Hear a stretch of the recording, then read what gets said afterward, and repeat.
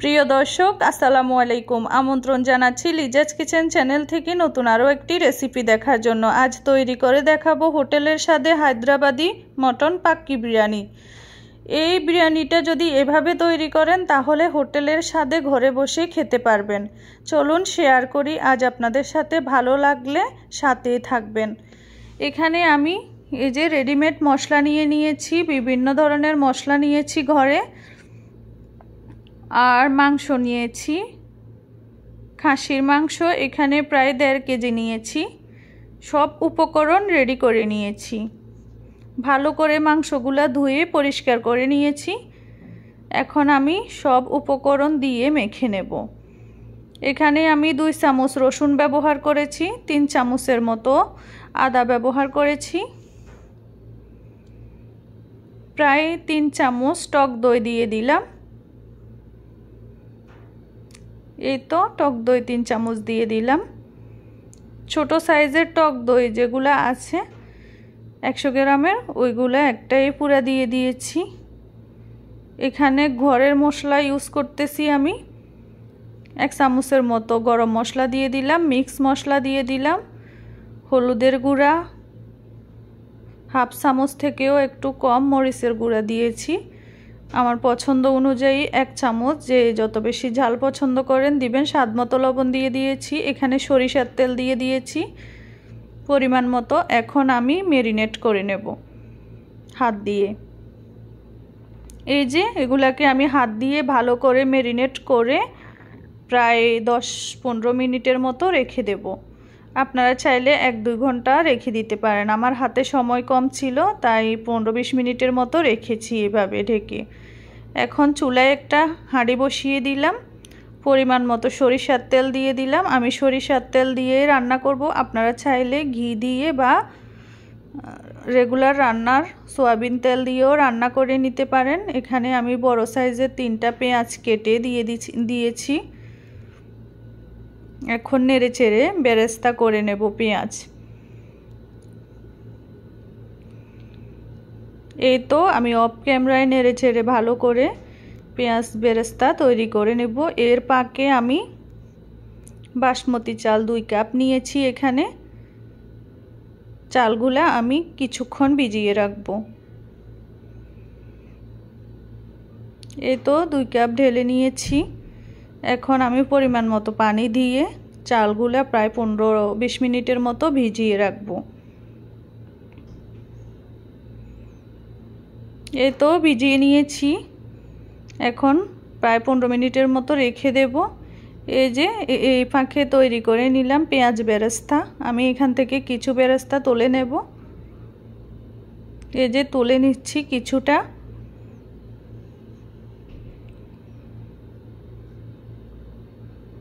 এই তো তুলে নিলাম পরিমাণ মতো তুলে, আর কিছু পরিমাণ মতো রেখে দিলাম। এগুলাতে আমি মটনটা রান্না করে নেব। এখানে আমি গরম মশলা দিয়ে দিচ্ছি, আস্ত গরম মশলা দিচ্ছি, গোলমরিচ দিয়ে দিলাম, লবঙ্গ দিয়ে দিলাম, তারা মশলা দিয়ে দিলাম, জয়ত্রী জয়ফল সব কিছু দিয়ে দিলাম, দারুচিনি দিয়ে দিলাম। নেড়ে চেড়ে আমি পেঁয়াজের সঙ্গে মশলাগুলোও একটু ভেজে নিচ্ছি। এই তো মশলা ভাজা হয়ে গেছে। এখন ম্যারিনেট করা মাংসগুলা আমি দিয়ে দিলাম। দিয়ে ভালো করে নেড়ে চেড়ে চুলার আঁচ মিডিয়াম টু লো হিট করে আমি অনেকক্ষণ বসিয়ে রাখবো। আমি মাংসগুলা আলাদাভাবে রান্না করে নেব। এখানে আমি পাক্কি বিরিয়ানি রান্না করতেছি। যদি দম বিরিয়ানি রান্না করতাম তাহলে আমি একসাথে দিয়ে দিতাম দমে। আমি এখানে পাক্কি বিরিয়ানি তৈরি করতেছি। একটা টমেটো কেটে দিয়ে দিলাম, মশলা বাটি ধুয়ে একটু পানি দিয়ে দিলাম। এই পানিতে আমি মাংসটা রান্না করে নেব। এখন ডেকে কিছুক্ষণ রেখে দেব। এই তো ডেকে চুলার আঁচ মিডিয়াম টু লো হিট করে জাল করে নিচ্ছি। এ তো বলক এসে গেছে। এখন আমি নেড়ে চেড়ে দিচ্ছি। এই পানিতে আমি মাংসগুলো সিদ্ধ করে নেব। বলক আসার পরে আমি রেডিমেড মশলা ইউজ করতেছি, মটন বিরিয়ানি মশলা। এই বিরিয়ানি মশলাটা দিয়ে আমি ভালো করে নেড়ে চেড়ে নিচ্ছি। এখন ডেকে চুলার আঁচ মিডিয়াম টু লো হিট করে বসিয়ে রেখেছি অনেকক্ষণ।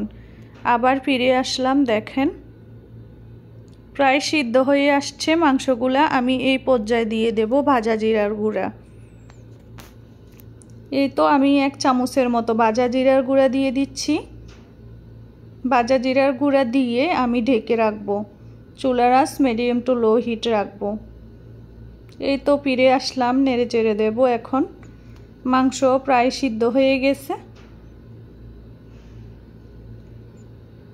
নেড়ে চেড়ে আমি ঢেকে আবার চুলার আঁচ লো হিট করে বসিয়ে রাখবো, যাতে একবারে সিদ্ধ হয়ে যায়।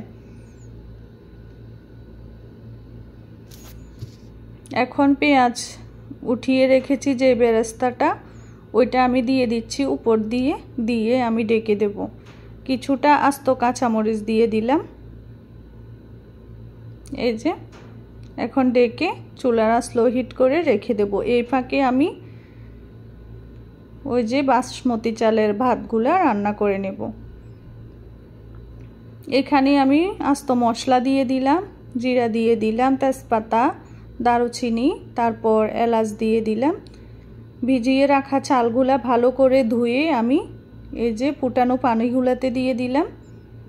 দিয়ে আমি প্রায় 80% সিদ্ধ করে নেব। এ তো কিছুক্ষণ জাল করার পরে প্রায় সিদ্ধ হয়ে আসতেছে। এভাবে করে 15-20 মিনিটের মতো যদি চালগুলা ভিজিয়ে রাখেন তাহলে চালগুলা সিদ্ধ হইতে সময় লাগে না। আমি পরিমাণ মতো লবণ দিয়ে দিলাম। পরিমাণ মতো লবণ দিয়ে এই যে নেড়ে চেড়ে দিচ্ছি। এই যে দেখেন প্রায় 80% সিদ্ধ হয়ে গেছে। এর পাকে আমি রেডি করে নিলাম মটনটা। এই তো রেডি হয়ে গেল বিরিয়ানি রান্নার জন্য। এই যে দেখেন আমি ভালো করে শুকিয়ে নিয়েছি, একবারে পারফেক্টভাবে রান্না করে নিয়েছি। এখন আমি প্রসেস করব। এই তো আমার বাসমতি চালগুলোও প্রায় 80% সিদ্ধ হয়ে আসছে। আমি একটা স্টিনারে ছেঁকে নেব গরম পানিগুলা। এই তো আমি পানি ছেঁকে নিয়েছি। এখন আমি প্রসেস করার জন্য চলে যাব। গরম থাকতে আমি এগুলাকে প্রসেস করে নেব। এই তো আমি যে হাঁড়িতে রান্না করেছি ওইখানেই প্রসেস করতেছি। আমি নিচে এই তো এখানে চালগুলা দিয়ে দিলাম।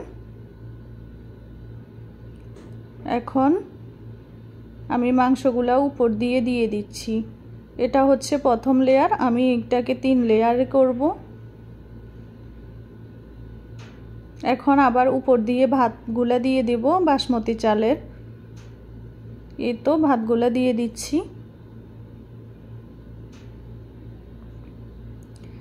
আমার চ্যানেলটা নতুন, আমার কথায় অনেক ভুল হতে পারে।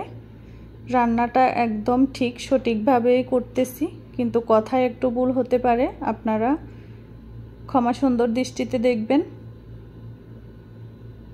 এই তো আমি আবার উপরের লেয়ারটা দিয়ে দিচ্ছি।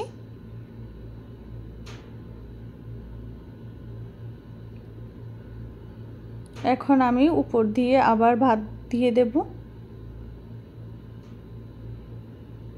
এই তো দিয়ে আমি নেড়ে চেড়ে সমান করে নিচ্ছি। আপনারা চাইলে এর উপর দিয়ে ফুড কালার বা জাফরান কালার হওয়ার জন্য অন্য কিছু ইউজ করতে পারেন। এই যে আমি ওইখান দিয়ে ছিদ্রটা একটা লং দিয়ে মেরে দিলাম। এখন চুলায় বসিয়ে দিলাম। চুলার আঁচ একদম মিডিয়াম টু লো হিটে রেখে আমি কিছুক্ষণ রেখে দিয়েছি, যাতে চালও সিদ্ধ হয়ে যায়। মাংস তো আগে থেকেই সিদ্ধ করা আছে। এই তো রেডি হয়ে গেল আমার পাক্কি বিরিয়ানি। হায়দ্রাবাদি মটন পাক্কি বিরিয়ানি রান্না করেছি আমি। আপনারা চাইলে এভাবে একদিন ট্রাই করতে পারেন। আর আমার রেসিপিগুলো যদি ভালো লাগে তাহলে আরও নতুন নতুন রেসিপি পেতে আমার চ্যানেলটা সাবস্ক্রাইব করে পাশের বেল বাটনটি অন করে দিবেন।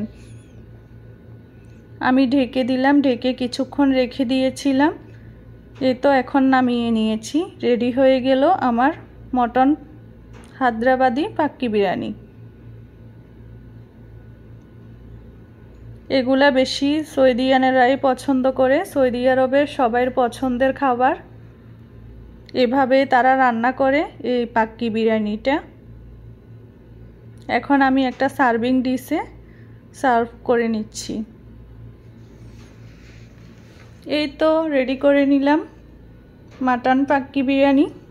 কেমন লেগেছে আপনারা কমেন্টসে জানাবেন আপনাদের মতামত। ভালো লাগলে একদিন ট্রাই করতে পারেন। অনেক মজাদার হয় এভাবে রান্না করলে। খুব সহজে হোটেলের স্বাদ পাবেন। ভালো থাকবেন সবাই, সুস্থ থাকবেন। আল্লাহ হাফেজ।